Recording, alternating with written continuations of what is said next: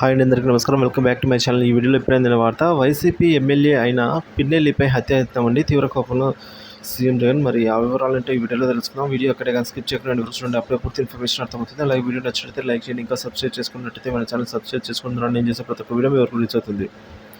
ఇక వివరాల్లోకి వెళ్ళినట్లయితే కూటమి నేతలు కోరిన అధికారులను నియమిస్తున్నారని హింస జరిగిన పోలీసులు స్పందించలేదని వైసీపీ నేత మాజీ మంత్రి పేర్నిని ఆగ్రహం వ్యక్తం చేశారండి. పేర్ని సో వైసీపీ నేతలపై ఏకపక్షంగా కేసులు నమోదు చేశారని అన్నారు.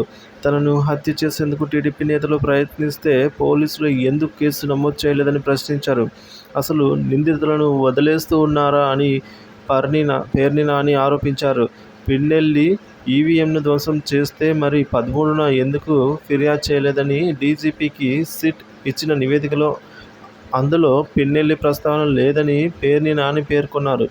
ఈ మేరకు పేర్ని నాని ఆదివారం మీడియాతో మాట్లాడుతూ పిన్నెల్లిని హత్య చేసేందుకు టీడీపీ ప్రయత్నిస్తోందని ఆరోపించారు. ఎమ్మెల్యేను చంపాలనే ఉద్దేశంతోనే తన ఇంటి నుంచి బలగాలను తొలగించారని పేర్ని నాని ఆరోపించారు.